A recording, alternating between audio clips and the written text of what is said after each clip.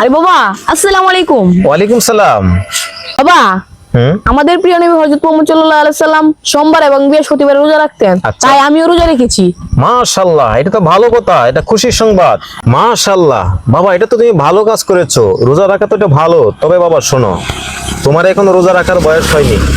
তুমি এখন রোজা রাখলে তোমার অনেক কষ্ট হবে। না, তুমি আমার এখন কষ্ট হবে না। তুমি বাবা এখন রোজা রাখো না, তুমি মা হবুবের দোকান থেকে যা কাচ্চি বিরিয়ানি খেয়ে আসো। যাও বাবা, 100 টাকা নিয়ে যাও।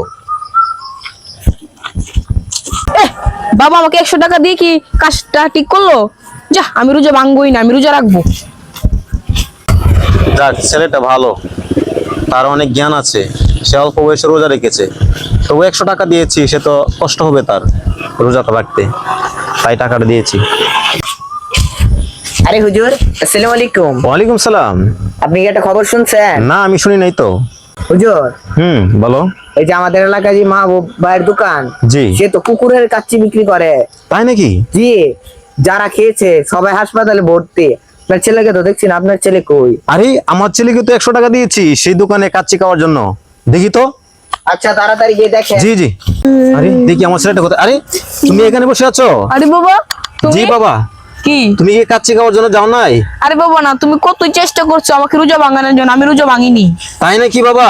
জি বাবা। মাশাআল্লাহ, তুমি অনেক ভালো একটা কাজ করেছো, তুমি একটা বুদ্ধিমানের কাজ করেছো, তোমাকে অসংখ্য ধন্যবাদ বাবা। আচ্ছা বাবা, তুমি তাও আমি চলে যাই। ওকে বাবা।